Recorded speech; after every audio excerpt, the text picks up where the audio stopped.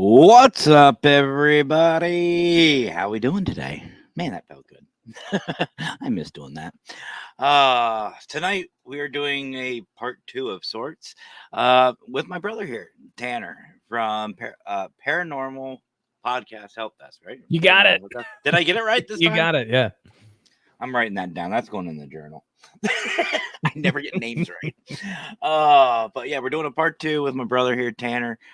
Because I'm just telling him backstage, I feel bad because, EMF is all about, your passions, your hobbies, what makes you you, not just paranormal based, because obviously we all have that common denominator, common, interest, but there's more to us than just the paranormal. And that's what the show's about. So I want to do a part 2 with my brother here. And before we really get into this, I wanted to ask you, you're a podcaster, obviously, you're a host, you've been on a lot of shows, you do great with what you do.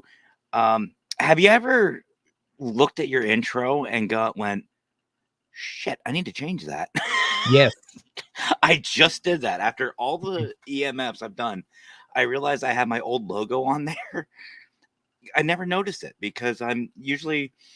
I don't know if you do this or if any other host out there does this, but when the intro's playing, you get used to it. So you're tweaking everything, you're checking, making sure everything looks good, sounds good. You've got everything you need, and you don't pay attention to the video until the very end. Yep.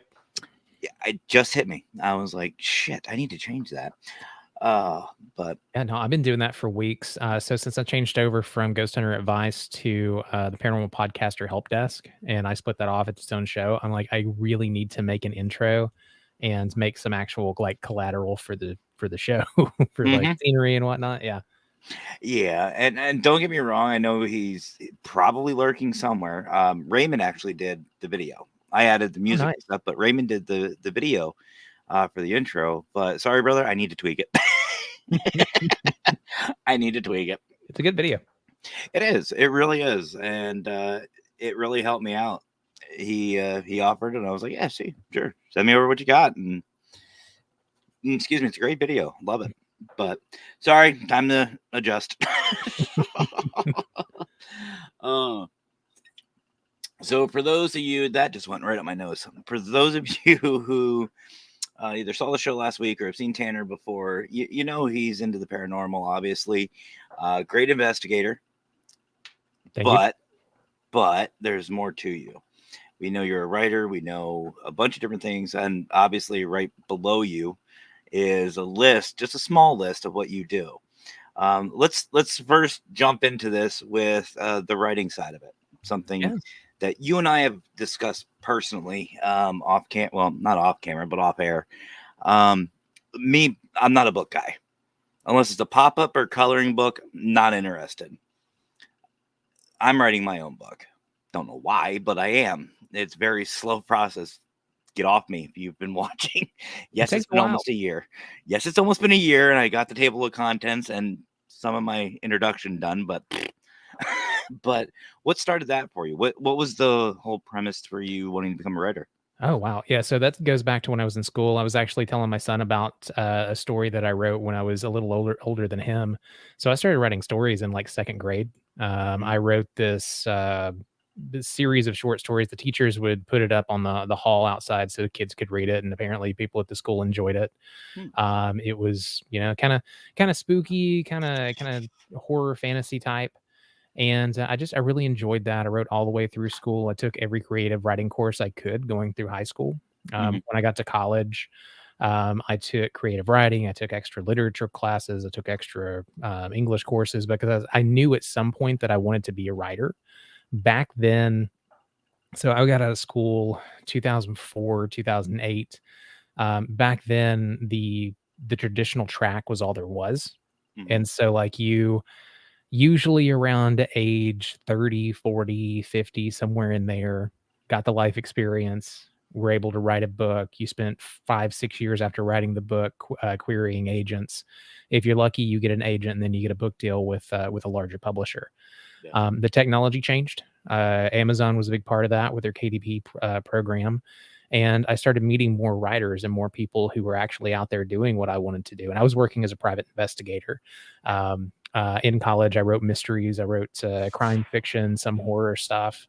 And I thought, you know what, my degree is in criminal justice because that's what you do. You go to school, you get a degree that you can use, you get out in the real world, and if you want to do art, it's something you might do on the side. But the people who become writers go to school, they graduate with English degrees, they're broke until they make it or they don't.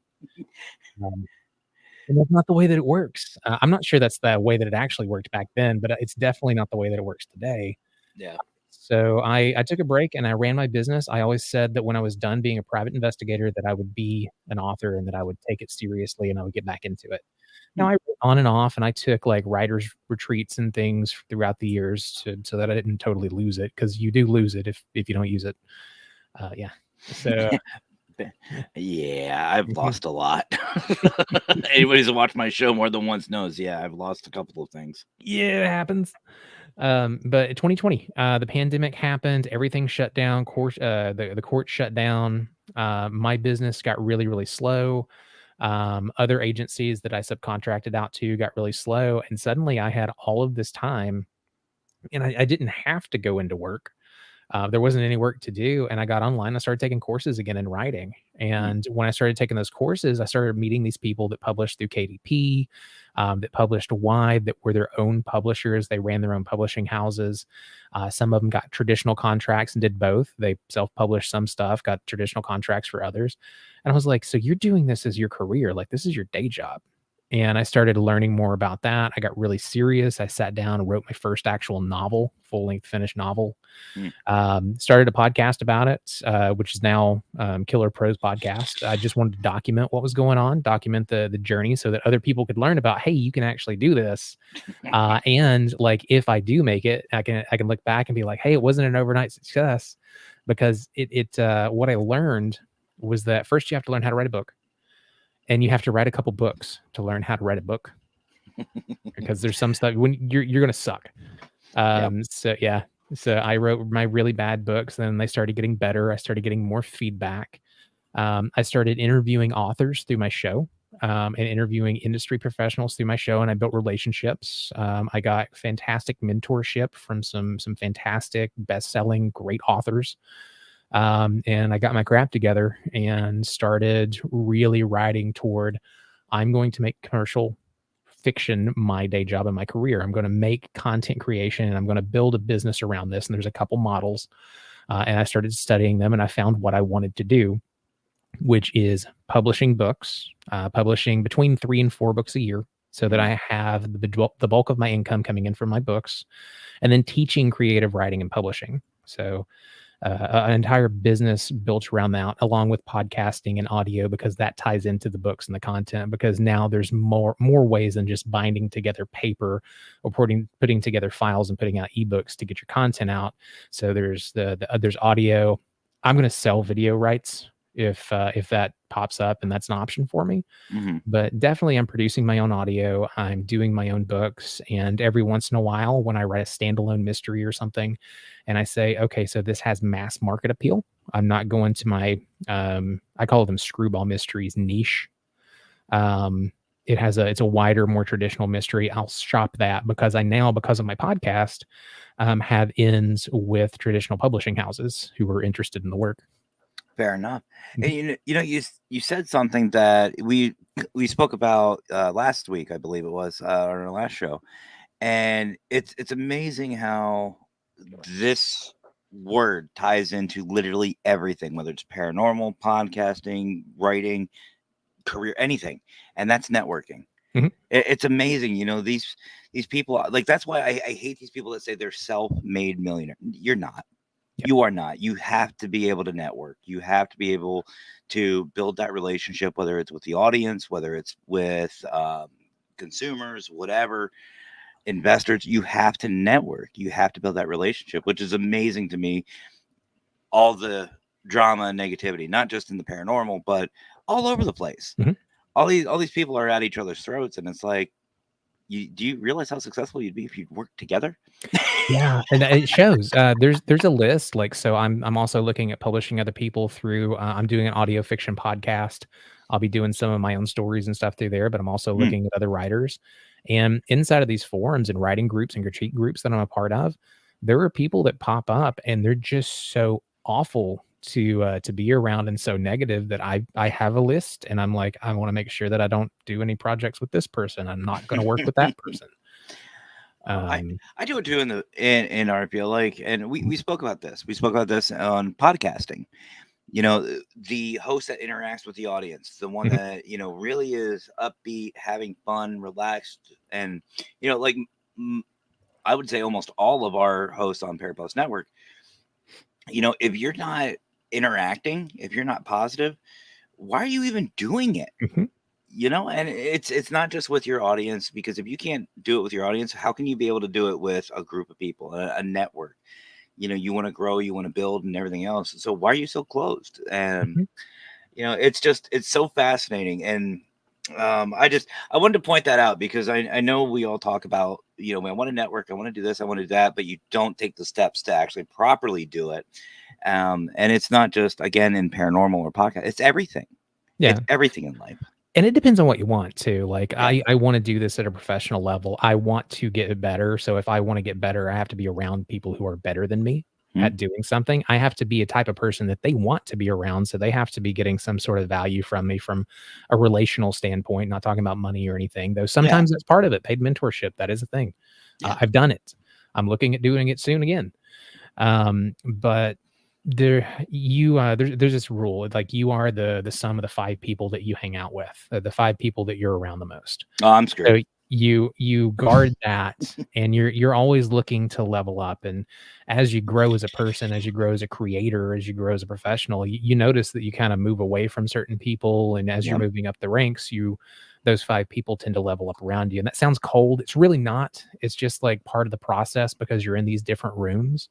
Yeah. So doing this and making content specifically with podcasts, I've been able to reach out to people who are they're best sellers, they're international best sellers, and I had a platform to be able to talk to them and became friends, became friendly, or at least acquaintances where we like to see each other succeed. Yep. And I've been able to get a lot of help moving forward that way. And if I didn't open up and have those conversations and not look at it as a way of like, what can I get from this person, but come first with what can I give this person? This is how many listeners I have. Let's get together and just have fun and just geek out about this thing. And we'll see if it can sell a couple of books for you. And then we're friends. Yeah. Um, Well, and uh, that's how it was for me. When I first started out, and I've said this on my show, well, all my shows, numerous times. I don't really hang out with a lot of people here in Pennsylvania, like close mhm, by. There's maybe a couple, like, not. And I know if you're watching it, I'm not talking about you, Fedora. I'm getting to you. But like in my local area, it's usually the Wicked Queen, maybe one or two people, maybe, and that's it. And that's few and far between and outside of work. But once I started in the paranormal, you're absolutely right. That's when things really started taking off, and I started meeting the group, which again, Fedora was the start of this. So if you guys hate this content, blame him. Um, but I met him, Scott Martin. I met him, and things just took off. And I've made some great friends, and some of us went separate ways. Mhm. And you know what? That's perfectly fine. That's perfectly fine. It's just like a filter. You're just filtering things out till you find something that works for you. Um, but one question I did want to ask you, and I don't know why it's taking me so long to ask you this, but did your writing influence you to becoming a PI, or was it the want to be a PI that influenced your writing? That's hard. I'm not sure. It's kinda like what came first, the chicken or the egg? Pretty much. I was always into both. Like, I was running around playing FBI, playing investigator, playing ghost hunter when I was, like, 5, and Yeah. I was also sitting down and writing all these stories and stuff because that play just kinda went together. Mm, I always enjoyed detective stories. I grew up reading Sherlock Holmes. who didn't? Um, yeah, I knew that I wanted to be a part of that world, and to stay connected to it. I think that probably had a little bit to do with why I became an investigator. Some of the rougher parts of my childhood were definitely, I'm not going to get into detail on that, but Mm. it's why I became an investigator who specialized in, child welfare and child custody in those types of cases. But yeah, it's No. they fed each other. Okay. All right. Yeah, I was just curious about that. No, why not? And just blatant curiosity here. Why not just go law enforcement? I know a lot of people either went who have that thing. Oh, that. Yeah, And that money, makes sense. money. That makes sense. There was 2 reasons. The money was one. In the private sector, especially at the time that I was getting into it, you might have made 38,000 starting out as a police officer having to go into these horrible situations, or you could make starting out 50 to 60K as an investigator and going up into 6 figures, Fair pretty enough. quicker. Also, I could pick and choose my cases. That was the big thing is I could pick cases that interested me, Mm, and I didn't have to really follow orders. Like, at the end of the day, I was my own boss, and I really liked that. I grew up my parents owned a business, so I always grew up in a household that, you go out, you kill something, you drag it back to the cave. I've never been the have a salary, sit down, and just do what I'm told guy. I think I can make this process better. mhm. Let me find my own way with it. And then that has been tempered over time of getting my ass kicked doing that into let's lean on some other professionals that have done what I'm trying to do and find a way to innovate it and make it my own. And that's when I really started mentoring. And that's when I stopped being the classic TV broke PI and actually started building a business and becoming an industry thought leader and building stuff out in the PI world and then moving over into writing. I know exactly what you mean. Mhm. That is 100% how I grew up. Mr. Independent, I got this. I'll run through and just tear everything down. I get to. Military humbled the hell out of me.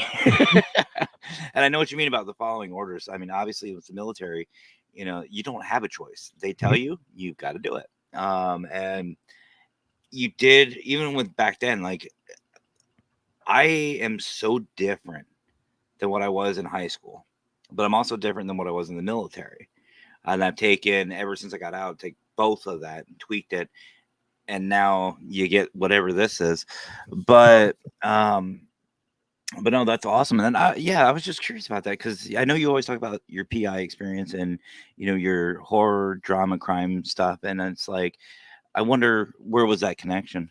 Um, I now, was always what? interested in the subject. So, like, Fair moving enough. into writing, and you write what you know. So, like, I know mysteries. I know the how it works in the real world. Mm, And then as I learned more about writing and more about creating fiction, I was able to take those real world situations and pump the drama up, to make it. You just spend belief a little bit when you're reading fiction. yeah. And I was able to pick those things like where does reality, um okay, when is bending the rules more entertaining than what would really happen, and when is what would really happen more entertaining than bending the rules, and you blend that together into the fiction. Fair enough. Fair enough. No, you, and again, folks, if you haven't seen, Tanner does a writing show, basically a writing podcast, and it's a lot of fun to watch, and it's very entertaining. And you do a great job. You really Thanks. do. Again, I'm not a book type of guy, but I'll sit there and I'll listen. I'll listen to whatever you're doing and chill out. You're one of those podcasters to where I could just listen to. I Just appreciate throwing, that, man. like, going down to New Orleans, you're just like, okay, I got a 14 and a half hour drive. All right, let's throw Tanner on.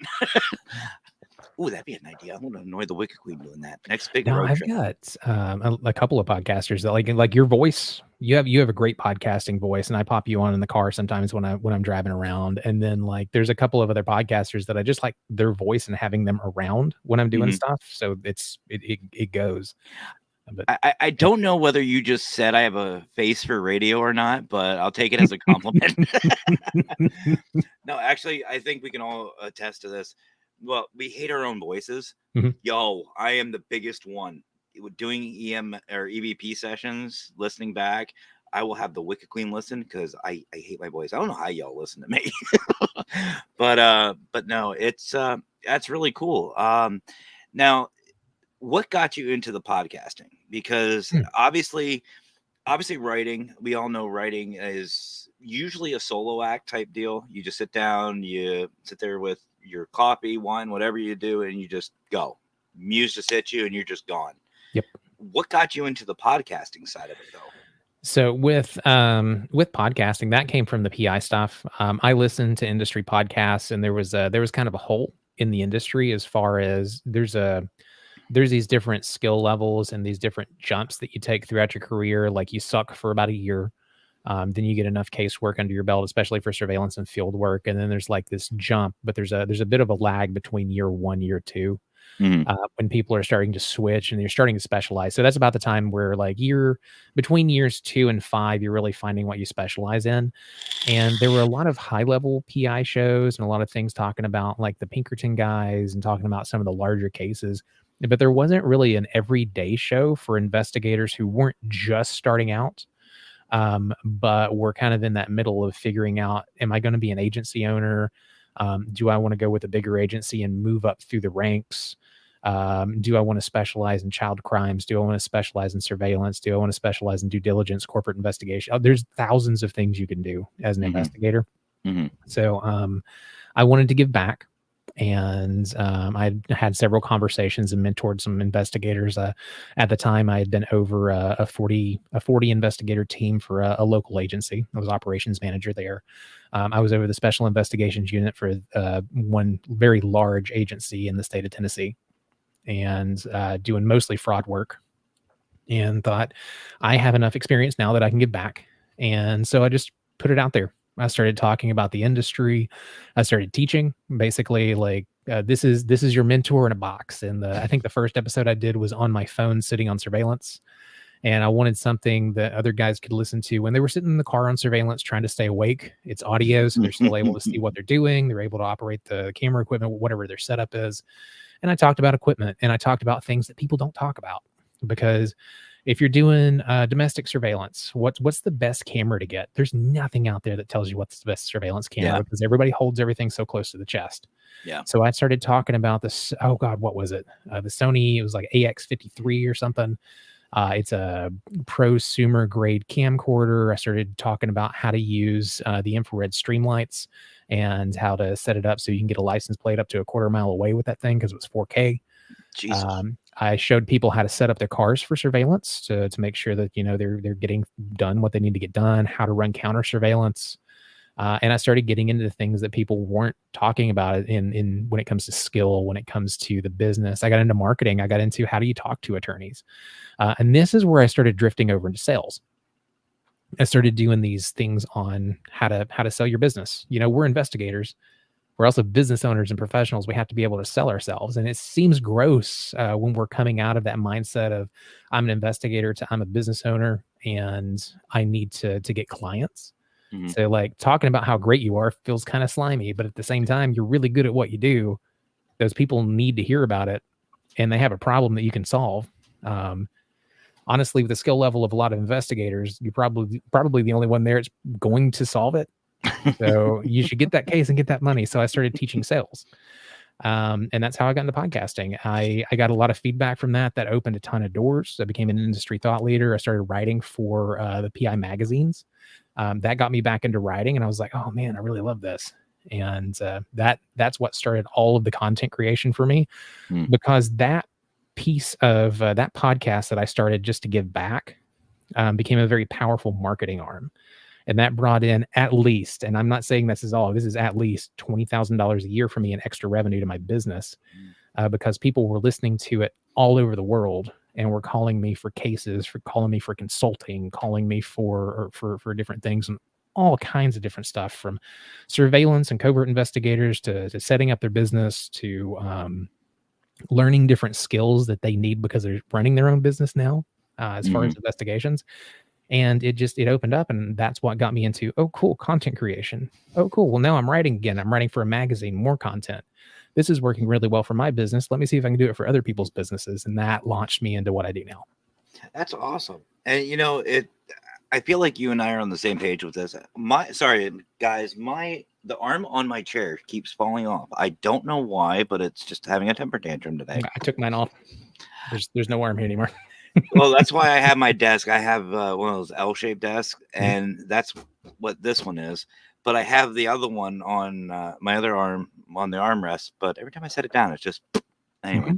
But no, that's one thing that I think you and I really click with, and I think that's something that when we started this friendship, it really matched up with us, is the consultant part of it. You and I have the same goal, to help people, whether it's paranormal, podcast, and whatever. And that's one thing I love about you, because it seems like that is your main motivation. You could care less about everything else, but as long as you're helping, that's seems to be the drive for you. And that's really awesome, whether it's the writing part of it, the PI side of it, the podcasting, whatever it is. And that's something that I think a lot of people forget about too. And we've spoken about these show hosts, the podcasters, they forget about a couple of little things, but that's the one thing I think a lot of people forget, is we're all consultants. We're all here to help. We're all here to help everybody, whether it's even just to brighten your day. Like I say stupid crap all the time. Y'all know this, but if you have a terrible day, but you go home and I listened to the consultant today, and he said that one thing that just made me laugh. He's an idiot, but it made me laugh. I'll love it.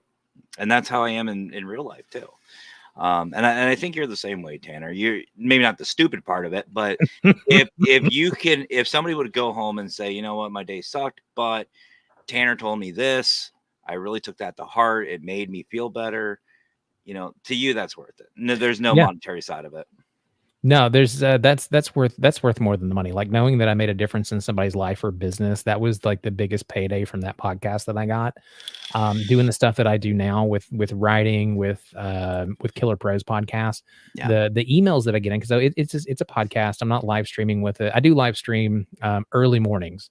And this is another thing about writing books, is I'm up at 4:30 in the morning, pounding coffee to be at my desk at about 5 o'clock to 5:30 to do my morning live streams of my writing sessions, so that I get other authors involved and on board and writing. But most of my podcast is I meet with an editor, I meet with an author, and they're all people who are doing well inside of the genres.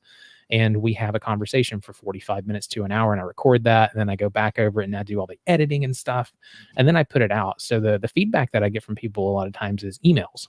So I'll sit down at my desk or with a chime on my phone, and I'll look down, and I get a few of these a week where it's just like, hey, thank you so much for that podcast. It was a huge help.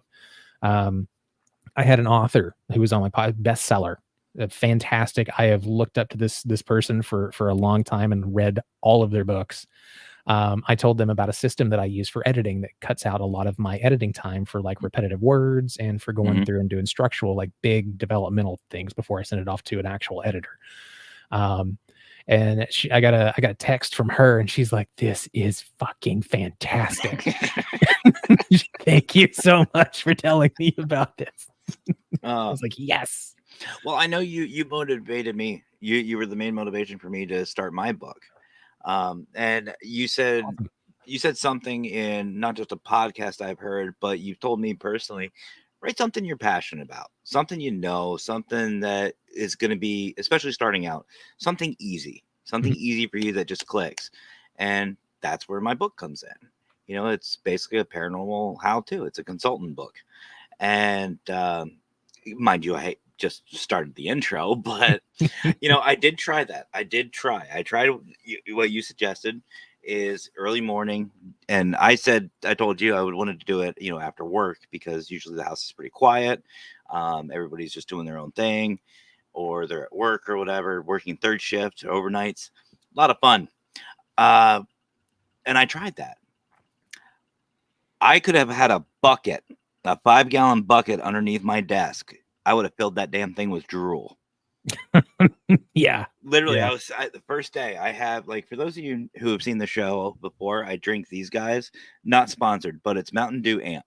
It's my energy drink, or as people at work call it, my blood. It actually is in my bloodstream, but that'll be for another show. I sat down here with like an amp or two, just ready to go, and I'm like, all right, I'm gonna do what Tanner suggested. I'm gonna sit down, discipline myself, and start writing. Got down, hands on the keyboard, and went, fuck. Mhm. And the one thing I remember, I don't know if you remember this, but you said this on one of your writing shows. One of the most important things is do not force the writing. Just Yes. let it happen. And that, to me, I think is why I'm procrastinating. But at the same time, it's good, because I know whenever I do finish this book, it'll be good. It'll be something I'm proud of and everything like that. It might be a couple of years, but it'll get done. But no, that's really cool. And again, networking, Mhm. listening to these shows, taking advice from people. Um, even like John Azuna, not to call him out. Great freaking guy. He is a great actor. He is funny, so down to earth. I learned a lot from him just by being in front of the camera. You can see the mannerisms, you can see the way he acts on camera when he's doing filming, but you can also see how he is here on these shows. Even Brian, Mister, Mhm. you can see a huge difference. I'm not calling you out, Brian, but like, I've seen some of his clips, and we've all seen some of his clips. From how he acts, it's exactly that. He's acting. Mhm. But as soon as the camera comes on or you're live, it's a switch. Me, I'm just like, screw it. Y'all like this content? You like this content? I don't care. Well, no, I'm that's good. why I teach 10-minute sprints. So like there's a thing that we do in writing, and I'm gonna pull this up just real quick to show you. Yeah. Um, so there's a couple of different techniques when people are starting out, like where you're at with your book. All right, share screen. This is a timer that I use, and this is there it is. The V clock. It just I set it for 10 minutes. When we get started in the mornings, I go 3, 2, 1, go. And what I Mhm. generally tell people is when that countdown happens and it's go time, Mhm. all cell phones are turned off. All other screens are turned off. The only thing that's going is the timer and that blank page in front of you. You might get 2 words on that first 2 minutes. You might get no words, but we're going to keep doing those over and over again. And I try to do 30 minutes to an hour in the mornings for folks. And your brain gets bored, and it has to be entertained. So your mind is going to start wondering, and you're going to learn how to rope that wondering, the imagination and your muse, quote unquote Mhm. muse. Mhm. You're going to learn how to rope that into your story so that when it goes 3, 2, 1, and the timer starts, you might have a little bit of a lag, but it's go time. Just like when the camera starts for Brian, just like when the stream starts for you here. The goal is to train your muse to start and stop when you need it to, so you can get those words done, so you can get paid. Because this is something that it's wonderful to do for a hobby. It's wonderful to create, but we're Yeah. talking about 3, 2, 1. This is your job. Get to work. Yeah. No, 100%. And Um, I know exactly what you're doing. Wow, that hit harder than I wanted it to. But I know exactly what you're talking about. It's just like with these shows, when talking about podcasting, when we're backstage, relaxed, chill, hang out, have fun, and then once that go live button is hit, especially like here on StreamYard, once you hit go live, it's game time. Mhm. I mean, granted, like I said, anybody who's met me will tell you I act exactly the same. I don't do anything different, but I'm mentally preparing myself. I don't have a script or anything like that, but I'm mentally preparing myself. I've gotta put aside everything that's been going on in my personal life, and it's just let's go. Mhm. I'm here to have fun. I'm here to hang out with, my brother here, or no matter who the guest is. I'm here to hang out, have some fun, get a couple of cheap laughs for you guys, and just we're all just going to enjoy ourselves. Nothing else in this world matters.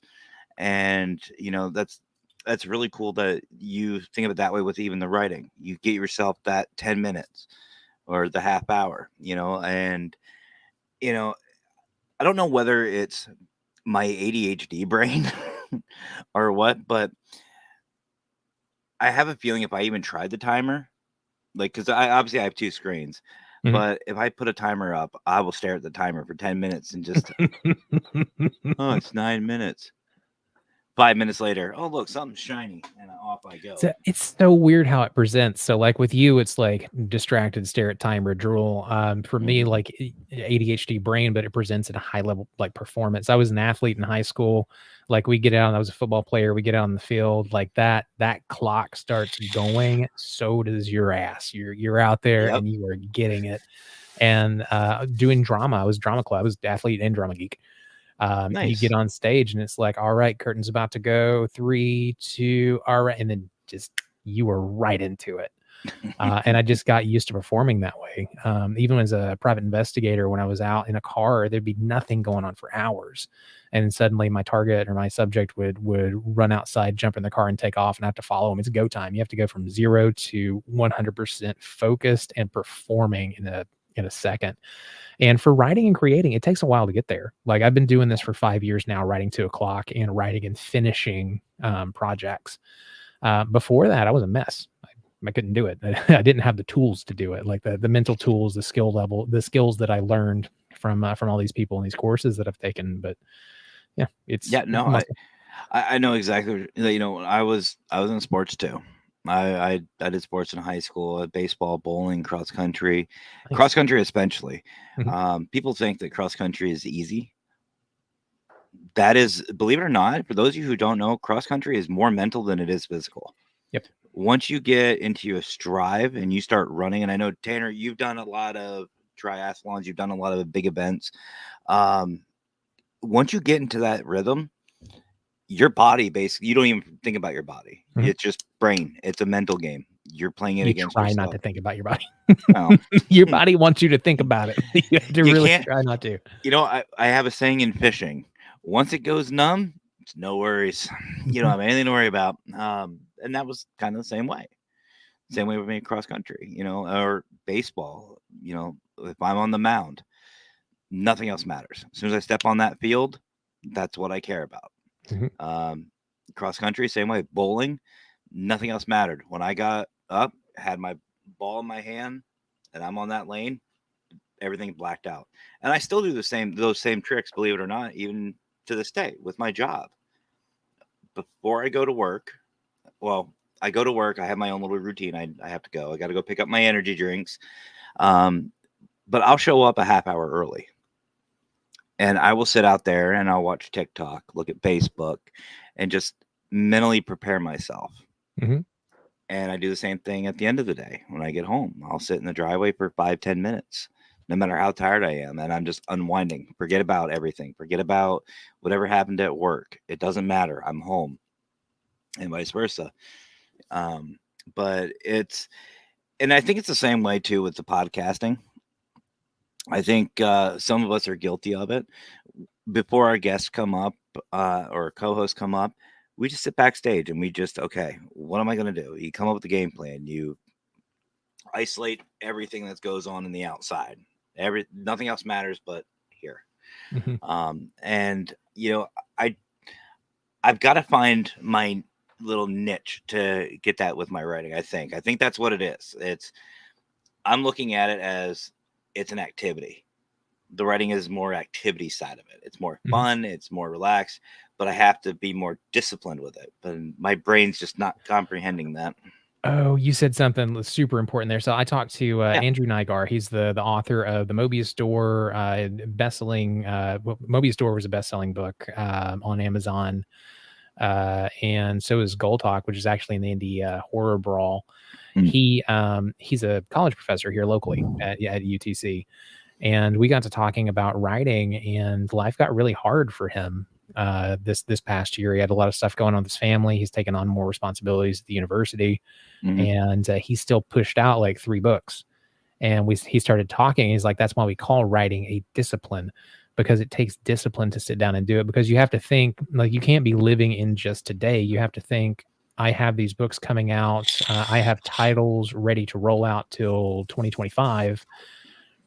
But there has to be stuff that comes out after 2025 to stay level and to stay stable, because it is a career. It does become, if writing is a discipline for you and it is something that you're making a career out of, you have to treat it like a job. You have to sit down on the days that you don't feel like doing it. If I am sick, if I'm hurt, if I don't feel like writing that day, my goal is 500 words. If I can push 500 words forward, I'm going to stay on track with my publishing goals. Yeah. I have a project management system that has the books. I almost said the name of it. I've got a book that's coming out. It's in editing right now, and that's what I'm working on during my sprints in the morning. Book 2 of that series and book 3 of that series are coming out, and those are the title releases through the end of 2025. Well, I've got to make sure that I have 2026 and 2027 going, because by then I want 3 to 4 titles a year coming out, 2026, 2027, to build up to 20 books as quickly as possible. Because as an independent author, I know to make 50K, my best chance at making 50K is to get 20 books out as quickly as possible. Oh, wow. 50K is to get 20 books out as fast as possible. Holy crap. Good books, not shit. Like good books. Not my books. Got it. No, you're just going to be great, man. Well, we've already gone over the half-hour mark already. And see, that's what I love about these shows. So we're going to take a quick commercial break, guys. We got, obviously, a video for the Global Ghost Hunt featuring the 2 lovely investigators from the Ghoul Gang. They are a lot of fun to watch and listen to. You guys have got to watch them. You have to. And of course, our sponsor, Health Empowers You. So we'll be right back, guys, after this quick commercial break.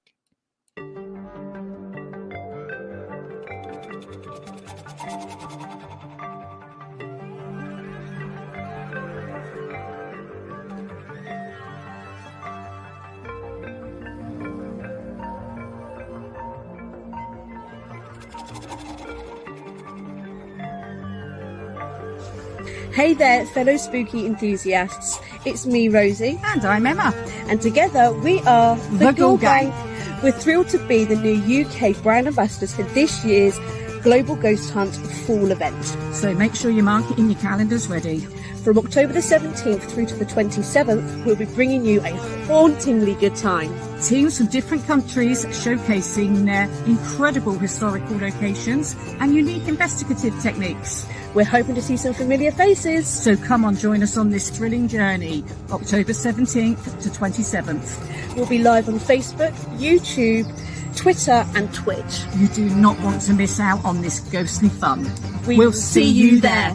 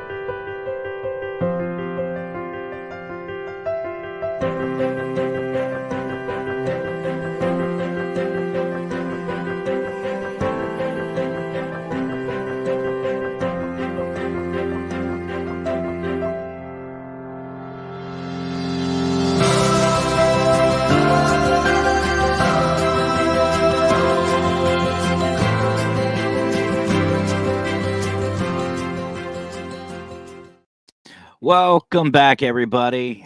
You just saw two amazing videos. And obviously, I want to give my huge shout outs and my special thanks to our sponsors, Health Empowers You. Tanner, you're a health nut, unlike me. But hey, I didn't get this with a salad, brother. But I'll tell you what, in all honesty, Health Empowers You, what they're offering, you know as well as I do, cookbooks are expensive. A lot of recipe books are expensive. Health Empowers You. You can get over 200 healthy smoothie recipes for less than $10. Mm-hmm. And you use the code PC05, you can get a better discount. And to be honest with you folks, we've talked about it a little bit before, but they are going to be launching teas, coffees very, very soon.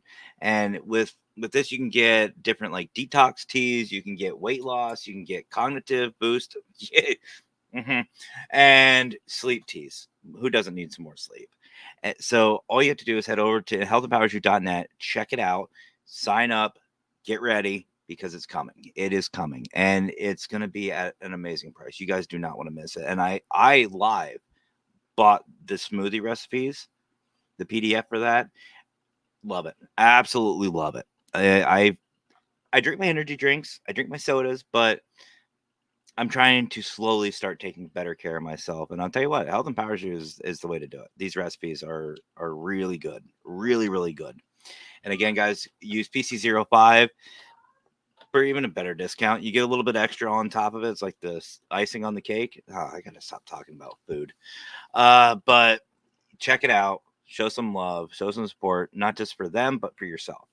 And also the Global Ghost Hunt. You saw Rosie and Emma from the Ghoul Gang. I'll tell you what, those two ladies are infectious. I love watching them. I love listening to them. And if you guys want to be a part of the fun, serious fun, go check out globalghosthunt.com. Sign up today. If you're a team, you have a location, sign up. If you're a location, you don't have a team, sign up. If you're a team that doesn't have a location, you know what I'm going to say, sign up anyway. It is coming very, very quickly. October 17th to the 27th. You'll see yours truly. You'll see the consultant. We're going back. We're going to do some things. The Wicked Queen and I will be out. She might hit me. Even more reason to subscribe, watch, follow along on all social media. You never know what's going to happen. It's real investigations too. I know, Tanner, you've been a part of the Global Ghost Hunt. You've also seen a lot of it. It's real investigations. Nothing is staged. Absolutely nothing is staged. Most of it is live. And what I mean is the event itself is live, but we do have some recorded ones. So go check it out, guys. Sign up today. Also get your merch. And also huge shout out to our family over at Parapost Network. You can see my show. You can see Tanner's show or shows. And you can see a variety of different podcasts out there. And they're good. Really good podcast. Great people. I love my Parapost family. There's always something new. Always something new to be checking out, and you'll always have a good time. Always have a good time on Parapost Network. But today we are here checking out and listening to Tanner, my brother. We talked about his writing. We talked about a podcast. We're going to switch some gears here, and we're going to have some fun with this to the coach side. Yeah. Because I know some people might be like me and think coach, like sports, baseball. But before we get into that explanation, I think Joanne has because definitely not me, has a special message for you there, brother. I think that's you, bro. Hey, no. On two levels. Hello, Joanne. Oh, I love Joanne. I love our audience. And of course, speaking of Global Ghost Hunt, a team you have got to check out. Cool. I've seen some of their stuff. Yeah, it's pretty good. Vicky and her team do an amazing job. I have to give her a shout out and give her team a shout out because I've seen a lot of investigations in the 20 years I've been doing this. I've been a part of a lot of investigations. They've done something that I've only seen TV productions do. They actually had one person dedicated to the camera, and they split their team up into groups. And they had the camera person check in with one group, spent about 5-10 minutes with that group, went over to the next group, and they continued that cycle so you can see what everybody's doing. And good use of resources. Exactly. And to be honest with you, nothing against the other teams, because I'll tell you what, if you've been a part of the Global Ghost Hunt, you're doing an absolutely great job. I loved every single one of the investigations. All been a lot of fun. That one was the most informative. That was the most complete investigation I've ever seen. And it's because they took that time to think about, we're going to have all these people in different areas. How are we going to get all of it? Mhm. Outside the box, and they nailed it. And that was their first time, I believe. That was the first investigation they did with the Global Ghost Hunt. So huge shout out to Abyss Paranormal and Vicky and her team. Well, Absolutely. it's one thing you were talking about, like getting into coaching. So I coach content creators. I was a business coach in the investigative world for a while. Mhm. But when it comes to content creators, whether I'm talking to writers or podcasters who are starting out, the biggest thing that you can do is take time with your content to make sure that it flows well, to make sure that it's consumable, to make sure that you cross your T's, dot your I's, and that you have something for them. I think a lot of people will show up and just get on camera, and a lot of people do this with their first podcast. They'll just show up, and my coach, or the coach that I follow, he calls it farting into a microphone. They'll just show up and fart into the microphone for an hour and be done. And then there are these shows that rise above, and these are the ones that monetize. These are the ones that draw in a bigger crowd. You take time and take care with your content. So like on my content, I'll record an hour, and then it takes me maybe sometimes 3 hours to edit it, depending on if there's anything wrong with the audio. Yeah. But you go back through, and I'm listening to what I'm saying, and if it's not of value, I cut it out. Listen to my guests. If it's not of value, I'll cut it out. If there's a better logical flow, you can mix pieces of the thing around to make it flow better. And that's something like having a camera person going between the teams, having time to be informative and to talk about things, and to be prepared. That goes a long way into connecting with an audience, and 100%. showing some value and some care for your viewers. Yeah, 100%. And how many times, and this is personal stuff too, like how many times have we been on investigations when nothing is happening? Mhm. Nothing. I mean, I don't know about you guys. Like I'm a tedious man. I don't mind a lot of the brain numbing stuff. Nothing up here to numb, but I don't want to sit and listen and watch a dark room for an hour with nothing going on, and we've said this before. We've said this before on the shows. If you're going to be live, if you're going to be in front of a camera, whether it's a podcast, investigation, have some fun. Mhm. Be entertaining, have some fun. Again, Benhurst, that wasn't live when it aired on Global Ghost Hunt. I still was talking just like I would be on the air. Mhm. It annoyed the living hell out of the Wicked Queen, but she literally goes, "Who are you talking to?" I go, "The audience." She goes, "We're not live." No shit. If you guys would have seen some of the things I've cut out of that video, which by the way, I don't know if you saw it, brother. Everyone's favorite so far is the very end when she calls me a bitch. I haven't seen the very end of it. I'll have to go back and you have. That is so little tangent because that never happens on my show. So I'm sitting here going through the one thing I hate, going through all my videos, and I'm getting clips of some of my favorite times, and not even with evidence, just my favorite times. My favorite times during the investigation, which ones were funny, which ones showcased the beauty of Benhurst, showcased the Wicked Queen, because that was my main thought. I wanted to showcase her, because I know you guys get tired of me, and I know I do. And I couldn't figure out a way I wanted to end the show, or that video. I didn't know how I wanted to end it. So at the very end of the night, we were with an amazing group of investigators, but one of them in particular is our brother Scotty. And Scotty's a great guy. I love him to death. Funny, energetic, always a great time. I couldn't leave without saying goodbye to him. This is like 3-4 in the morning. We were cold, tired. We still had to drive back home. So I wanted to go say goodbye. And sure as shit, we get down in the basement. Scotty and I started interacting. Funny stuff happened. I got scratched. Obviously, I can't walk away from that. As an investigator, you know as well as I do, you cannot walk away from something like that. So I started investigating, turn the camera on, start recording, doing all this stuff. All of a sudden, the Wicked Queen comes down. She goes, "Are you investigating down here without me?" I was like, "I got scratched." She goes, "I don't care." I'm like, but I got scratched. And she goes, "Ya bitch." That's how I ended the video. I love her. Oh, that's awesome. But anyway, so this coaching. So obviously it's more the mentorship side. It's not like a soccer coach or a baseball coach. Yeah. So tell us a little bit about that. Let's start off with when did you feel like you wanted to get started in coaching people? Well, coming out of being an investigator, I got into personal training, and I really liked coaching, and that's where I went through like my fitness journey. Started competing in CrossFit and Olympic weightlifting. Really started learning a lot. Got certified as a trainer and a coach, and I started training people for that. And I saw a lot of carryover. So like I hired coaches. I hired business coaches for my businesses. I hired coaches for my training business. I hired coaches for podcasting to learn how to do this. I took courses and hired coaches for writing and learning how to do that when I got into it. So it was always something that was on my mind because I'm a good coach. I was able to get great results for my clients. They're the ones doing the work. I just kind of provide the plan and the way to do it.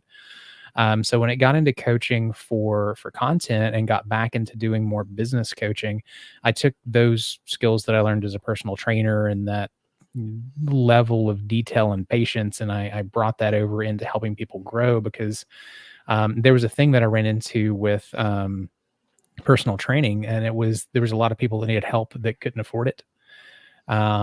Like it's expensive. Even with the online training, I still do some online personal training. It's depending on the package, usually between $300 and $600 a month.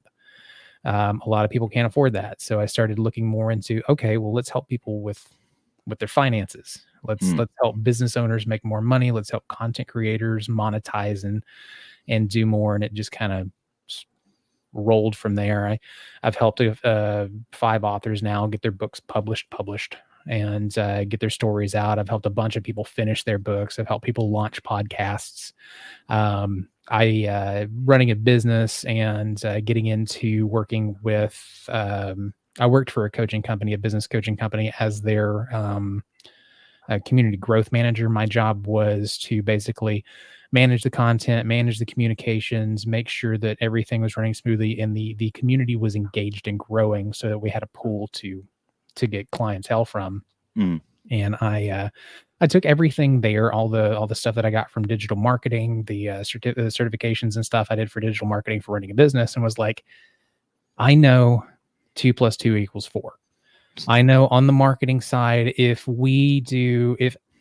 A and B are going to equal C, if we come up with great content, do the research properly, hit the market at the right way, the right time, and there's a audience for everything. Yeah. And so it doesn't matter if you are writing werewolf leprechaun romances or you have a hold on, I gotta write that one down. A podcast about episode 1 of Truly Odd is going to be about Mothman's shiny ass. I remember you telling me about that. So I like still say that makes some great merch, just saying. Yes. No, there's t-shirts, mugs. It's a real shiny butt. Ooh, mug. Mothman's face on the front and on the back an actual ass, but have it like mirrored. Yes. Oh, that'd be hilarious. But like there's an audience for everything. Like there's enough of an audience to monetize both of those if you use the right strategy. When it comes to writing books, you're probably going to want to go KU. Kindle Unlimited, you're going to want to go exclusive to Amazon because that's where you're probably going to find that niche. Yeah. If you are doing a podcast, you're probably going to want merch because you're going to have content that is heavily marketable that way to monetize it. And you're probably going to want to have sponsorships are going to be hard to come by. But if you play it right and you are funny enough with it, you could attract a mass audience. And if you can get up to between 400 and 2,000 downloads per episode, you can monetize at least enough to stop going out of pocket on your hosting. So it's like it's little things like that. It's okay. Well, let's look at your podcast. Okay, so your content sounds good. We're going to launch a podcast. Now I'll go through the launch plan on this because this is what I do with podcast help. Okay, so you want to do a podcast. Let's research it and see if it's something you actually want to talk about. Because if you're doing something with content creation, you're not going to make money for a very long time. You have to have a backlist. Even if you're writing, if podcasting, whatever, it takes a while to build a backlist to be able to monetize it. So you're gonna have to enjoy it and just get joy out of doing it. Yep. So, okay, so we've got that. Okay, so let's look at other podcasts in that niche that have big followings and are doing well. Let's listen to them and know them intimately. What is their format like? Who are they communicating with? What are their sponsors? Is it auto ads or is it host read ads? What can we find out about their listenership? What are their chart ratings on Amazon or not Amazon? The books again. What are their chart ratings on Spotify and Apple? So you go through and do this breakdown on everybody who's kind of in your niche. Okay, what do you like about those shows and what are you going to enjoy doing? And you're going to emulate that to attract that audience. Cool. So you're emulating that. How do you innovate it and make it your own so you're not just another copycat show? Because that's where people get lost. They forget to innovate. So they end up just getting lost in the sea of 1,000 shows that are the same. So what's the voice that's going to be different? What's the viewpoint that's going to be different? Because like everybody's talked about Mothman. A lot of people have talked about the shiny butt on the statue. What's the unique viewpoint, the unique angle that's going to make people want to listen specifically to your podcast? What are the details that maybe are being glanced over on true crime cases or whatever you're talking about that you can bring to light so that you're giving people something unique? Cool. You've got that. Do you want to do it? Can you enjoy putting this out week after week and if you're doing a podcast and you are doing it to monetize, you're working at least 10 hours a week on the podcast. Yep. At least, really probably more like 20, depending on your audio setup. How much money do you have to put in your microphone? If you don't have a lot of money for the front end of the recording, you're going to be spending more time on the back end. So if you don't have noise gates, if you don't have, if you can't get a Rode Podcaster Duo right now, like this is a USB going straight into a computer. Yep. That means I'm spending probably 45 more minutes going through and playing with the denoise to take hisses out of my audio, which I did today for 45 minutes. So you're going to have to pick what you like, where you want to spend money, where you can spend money that makes sense, and then be consistent. And the big thing here, this is where everybody gets lost, is being consistent. This is where a coach comes in and a community comes in, because they're all out there doing it. And you're going to have to answer for, I didn't put a podcast episode out there this week.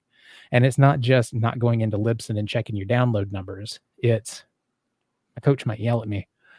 I'm going to look bad in front of all these other guys that are out there like putting the work in.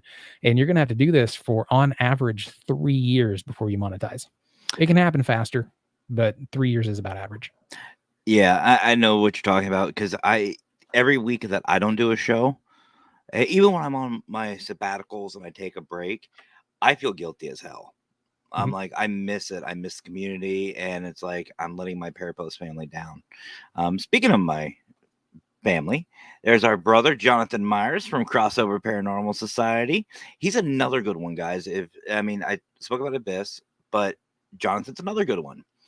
Jonathan just has this good old boy feeling about him. I mean, you're from, you know what I'm talking about.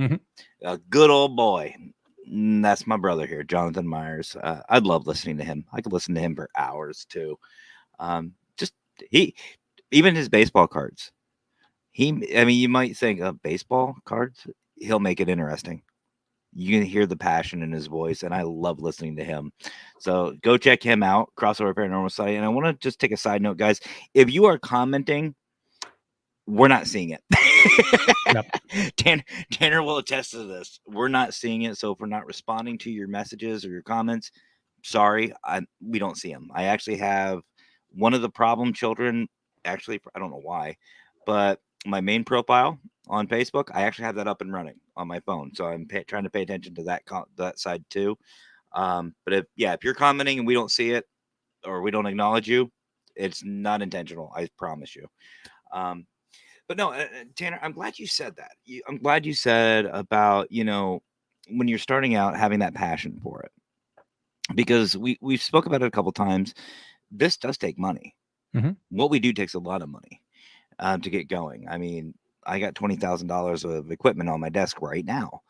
not including the streaming service, not including everything else that I have, the licenses.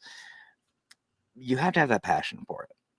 And, if I could break even, make some money out of it, great. You have to be driven by money, but money shouldn't be the driving purpose, if that makes sense, folks.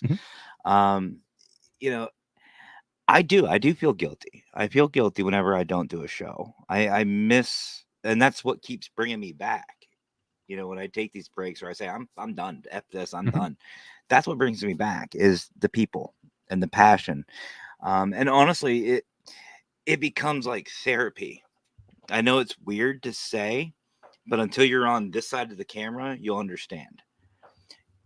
When we're hosting and you see the same people come in all the time, like the Joannes, the Vickies, the Jonathans, Raymond even. I had to take my shot, Raymond. I haven't seen you in a while or talked to you in a while. So I had to take my shot. But you start building that community up. You miss it. You miss the people. You miss having fun. And you remember why you do this. And you can tell.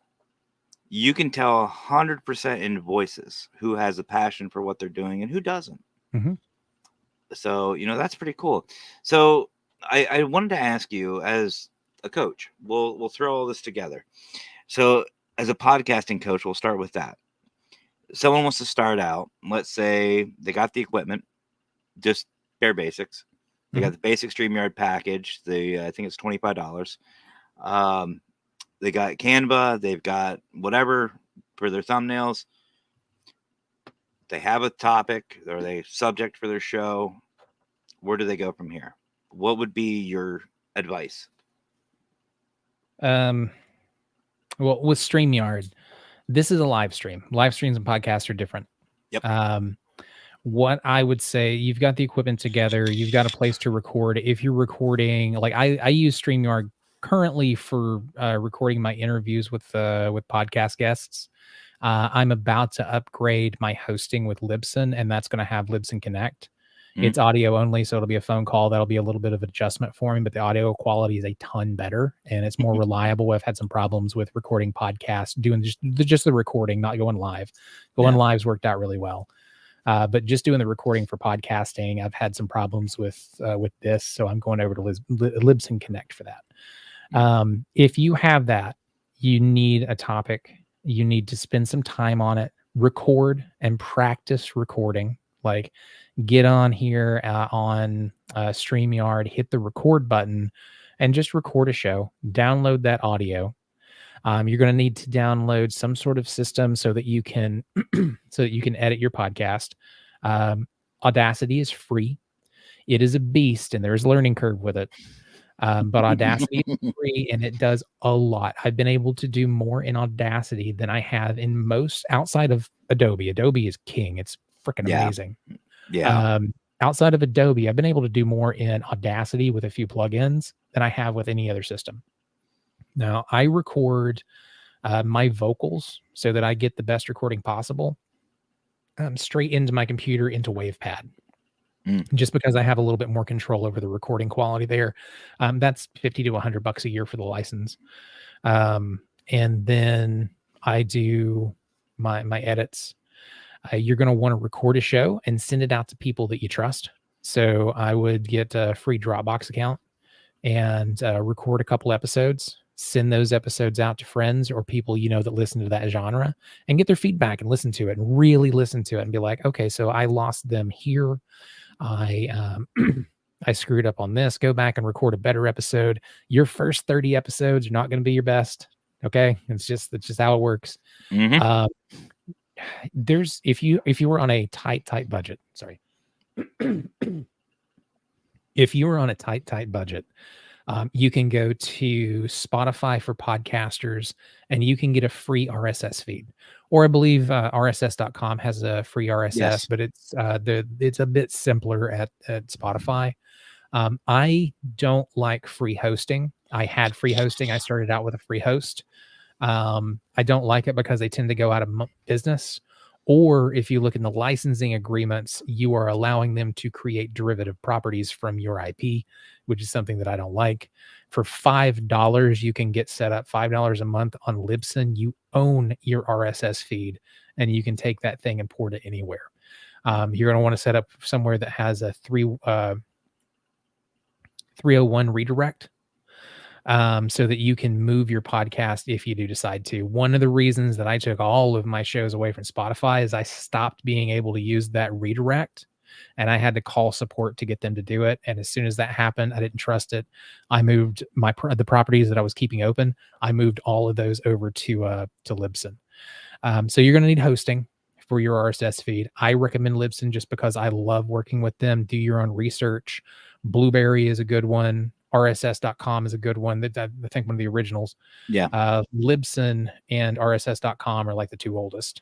They've been in it for a long time.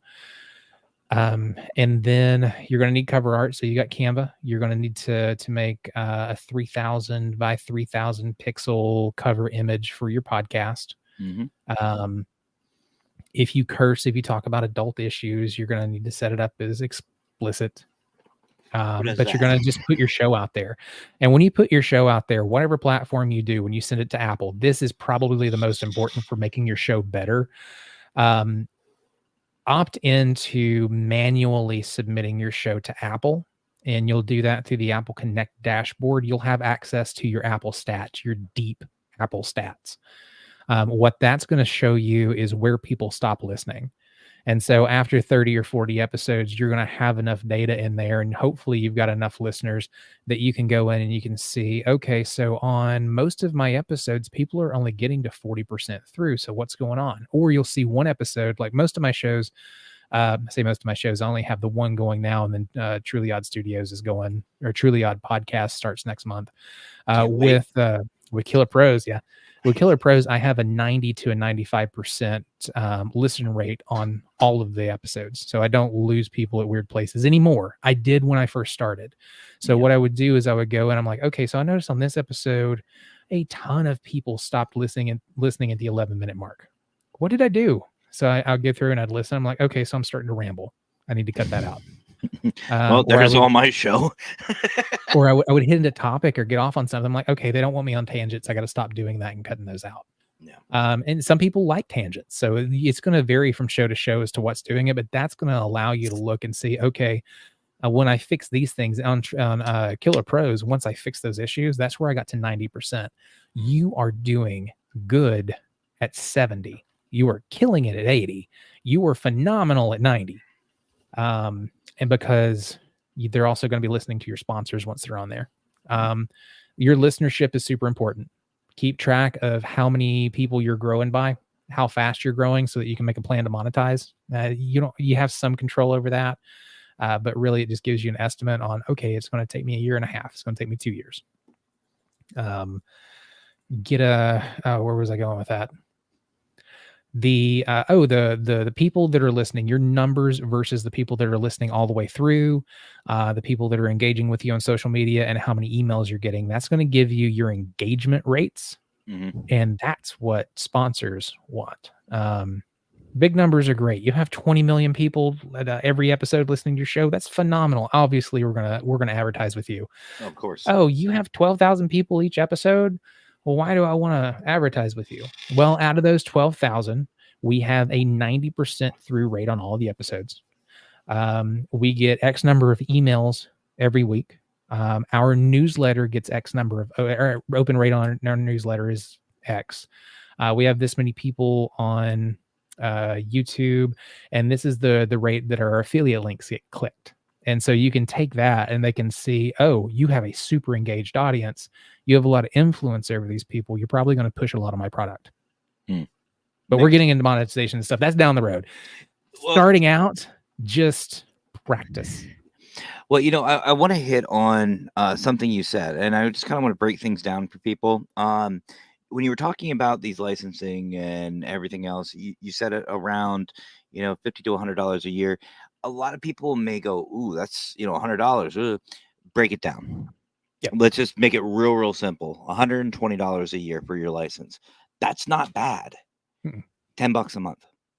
That's what it boils down to. And one thing that Tanner said that I really enjoy, and I've done shop around. Mhm. Don't just go Google search, first one, click, done. No, find the one that works best for you. I've been through a couple different hosting sites like StreamYard. This StreamYard works for me. Mhm. I like StreamYard. It's simple. The people on the back end, the customer support, very good, and it fits with what I'm doing. Like Tanner said, the recording side of it. I've tried the recording. It's okay. It's not great, but it's not bad either. Mhm. And yes, I've had issues with like Facebook and stuff like that interacting with StreamYard, but it still works for me. Find something that works for you, that you're comfortable with, that you're competent with. And even with the learning curve, like I gave, if you guys know Aaron Hoffman, Shadow, I gave him, he kept trying to pull me to Wondershare, Wondershare. I was like, no, I'm just going to use Canva. I'm going to use Canva for my videos and blah, blah, blah. Looked at Wondershare. I'm like, oh, hell no. He taught me. Once you learn it, you get more comfortable. Like OBS, screw that shit. I've tried that. God, dude. I've tried. OBS, I've tried that shit so many times, and I went cross-eyed every time. I was like, you can do amazing things with it, and it looks better than this. It does. If you know what you're doing, and you have 2 40-hour work weeks to spend on learning how to get that damn thing to work right, because it was made for people who make movies. It was made for people who work at news stations. It is not user friendly. I mean, I believe Aaron. I love it. I love him to death. I believe it's easy once you get it going, because Filmora was the same way with me. StreamYard is the same way. Hell, even Canva. Canva is like color by numbers, but I still love it. So don't get me wrong. Canva, for some reason you're watching, I still love your product, but OBS makes me feel like an idiot. I have no idea what I'm doing. I distinctly remember he was trying to walk me through it, and I was following his steps, step by step by step by step. What mine was doing was completely different than what his was doing, and I know that because he was showing me, and I'm like, why do I have shit on here that it's not even on my screen? Well, it's the hardware too, man. It's not just that software. It's very sophisticated, and the hardware that you have affects the final product and what it's able to do. It is a wonderful system if you take the time to learn how to do it, like a lot of the other systems. Hindenburg is one of those that's an editing system that's used by NPR and a lot of news outlets and stuff. Beautiful, wonderful system that you can do amazing things with. Adobe's easier. At the end of the day, the AI tools in there make it sound better. It's where to go. Audacity, nowhere near as complicated as OBS, but I am still finding new features and stuff in there that clean up audio. I've used Audacity. Here's how long I've been using it since I started in the paranormal field. So at least 20 years. I even, like, when I got back into the field, when I had my little break from team to consultant, when I got back into it, there was so many new features on it. I just went, where's my old stuff? Because I remember the little sound bars and little spikies. Now it's like, it looks like somebody on, meth. But it's great. It's a great product. It works very well, and it does what it needs to do. Let's go to the coaching for the writers. I know you've helped me out immensely. You like I said, you were the one. And actually, I don't know if have I ever shown you, not to get off topic, tangent, my show. Have I ever shown you the book cover? Just curious. Okay, so I did come up with a book cover. That was one of the first things I created. I don't know why, but that's why I wanted to start. And for those of you who don't know, my book that's going to be coming out at some point is called The Paranormal Truth. And there is the cover for it. I'm probably going to change it given the logo. But it's basically going to be a paranormal how-to. That's going to book of consulting. Anybody will be able to pick this book up and investigate the paranormal with competence. And I'm not saying I'm the ultimate guru of the paranormal, but it's like investigating for dummies type thing.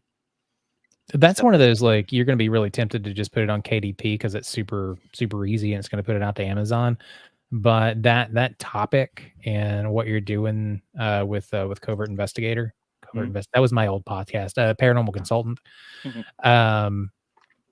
I think it would do better on wider distribution, like Barnes Noble.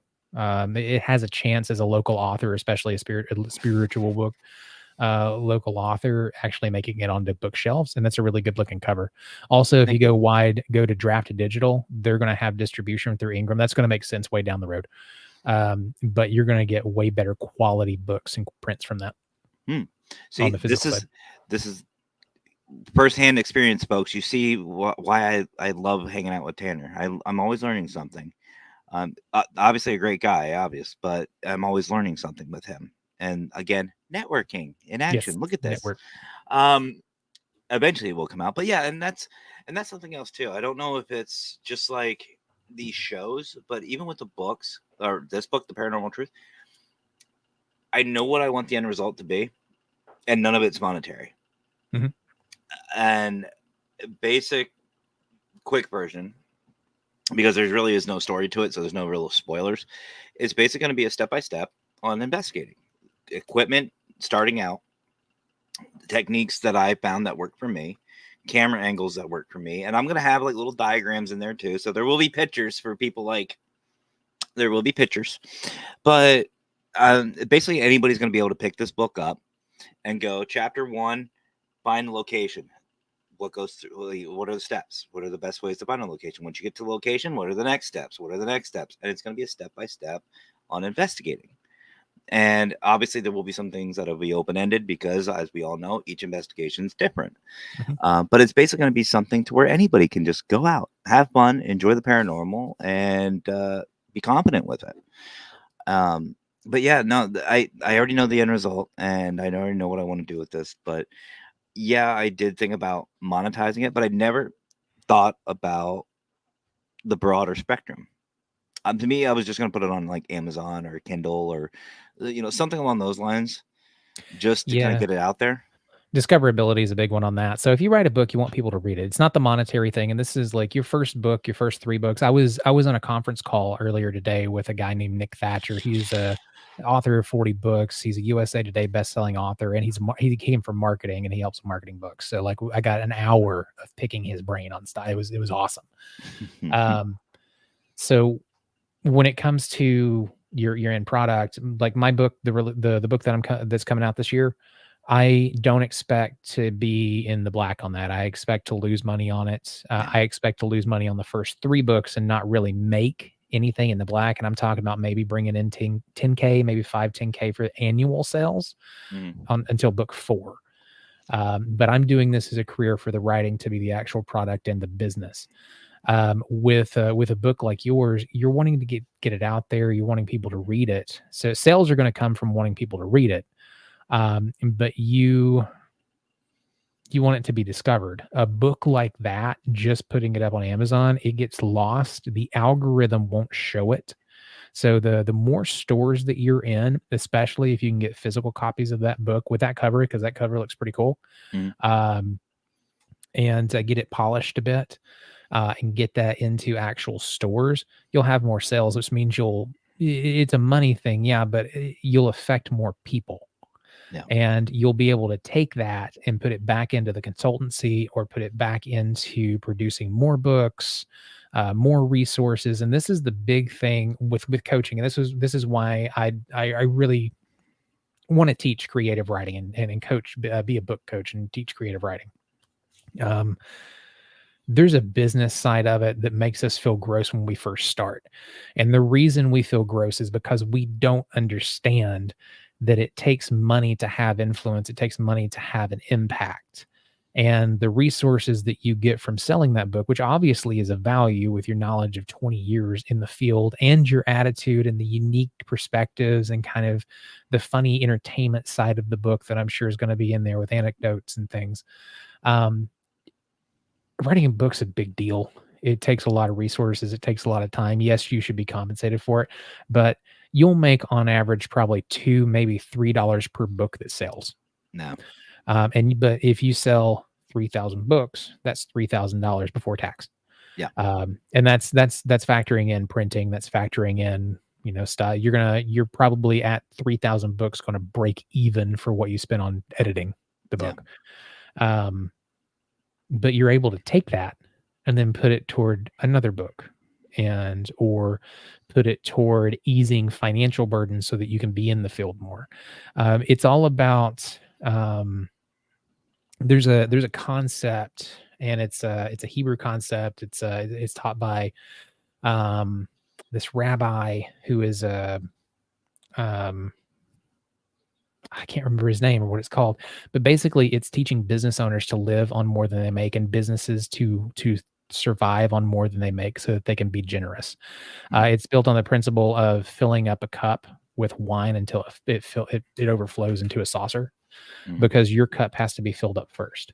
Yeah. If your cup gets too big, it's never going to fill up. So you have to keep your life in a way that you can continue to grow your business and make more and more revenue, and make more and more resources, so that that cup fills and then spills into everything around it. So you're filling up everybody else's cup, and you're giving back to society, and you're doing the things that really make you happy, because you're managing your lifestyle, and you're managing the resources that are coming in from that book, and using that and putting that towards something that makes the field better, something that makes people better, something that makes the world around you better. You know, I think I just figured out my problem. My cup has a hole in it.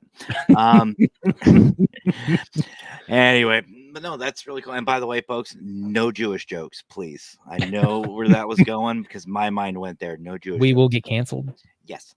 Maybe some people will think that's a good thing with me. But anyway, we are already at an hour and a half. This is, again, one thing I love chatting with you, brother. But I will say it is always a lot of fun. Always a lot of fun just hanging out and chatting with you. I always learn something. Today I've learned a couple of things that I'm going to be using, and I'm going to try. I will promise you I will try. I will attempt it. But if anybody wants to check out what you're up to and what's going on, where can they find you, brother? Yeah, you can head over, and I can put this in the comments if that's cool. Yeah, by all means. I am looking for beta readers, so I have a book that I'm looking to get ready and get published this year. The first step after I finish all my edits is a beta read. I send that out to people. If you read cozy mysteries, if you like murder mysteries, hit me up at killerpinbooks@gmail.com to get on my ARC list as a beta reader. An ARC is an advanced reader copy. You'll get an ebook download so that you can go through, read it, give me feedback on the book. Please give me feedback on the book. That's the entire reason I'm sending it to you, and keep it close. Do not share it out. There's some paperwork and stuff that goes along with that. You can also connect with me on the website at killerpros.com. I'm typing that in right now. And at killerpros.com, if you go down to the bottom of the screen, there's a little icon with a microphone in it. All you got to do is click on that. You can leave me a voicemail to have questions answered on the show, or to just tell me if you are working on something. Oh, yeah. Paranormal Consultant is not posting anything. See, that's what I'm saying. I don't know what it is. But yeah, if you go to killerpros.com, you can interact with me there. If you're interested in ARC, or you're interested in writing or anything, you can fill out the contact page. That's where most people send their questions in. Okay. Killer Pros. Let's see if I can do it. Killerpros.com. Mm-hmm. And that's going to have information and links to all the live writing sessions that I'm doing on YouTube. Oh, yep. Those went up on YouTube and on Twitch. And then let's see. Oh, yeah. If you're podcasting, which I think most of you on this network are, you can hit the Podcaster Help Desk every Saturday at 2 p.m. here on Parapost Network. And speaking of which, I don't know. Everything went to everywhere but Parapost. Yeah, we're on Parapost. We're on Parapost, yeah. Yeah, it went up everywhere when you did it. For some reason, it didn't when I did it. There's this weird thing. They updated and added a webinar thing to StreamYard for you guys using StreamYard, you know. And every time there's an update on a big platform, it breaks something. Yeah, it's not always my fault, folks. But I want to say, brother, it is always a lot of fun hanging out with you. I do appreciate your time. I know you're busy. And also, I said this a couple of times before, but I want to say to you, huge congrats to you, especially with the health side. I've seen your growth, or actually your subtraction, and amazing job. Keep up the great work. You look great. Absolutely look great. And there was something else I wanted to say, and my brain just went, "No, you're done." But definitely I appreciate everything you do, brother. And oh, I know what it was. So I'll make this promise to you live that when my book is done, I'm giving you a copy. I will be giving thank you you. personally a copy, and I'll sign it too. It might not be worth much, but I'll sign it. Maybe we'll when meet mine up and comes out, I have definitely sent you over a copy. You'll be one of the, I think, 5 people on the 6 new editor who actually know my pen name. there you go. I'll tell you what.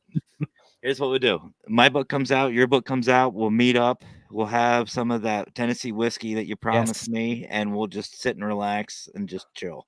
How's that? Sounds great. I'll come to you this time so you don't have to send it and get all weird.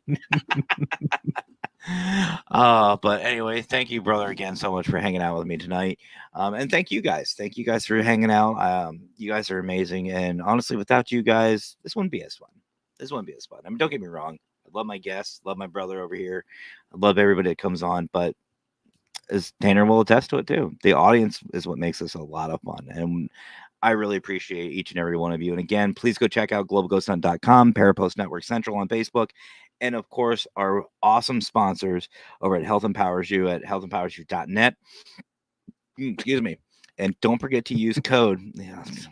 Don't forget to use the code PC05 for even a better deal. And it just shows that you're just supporting not just me, but Health Empowers You.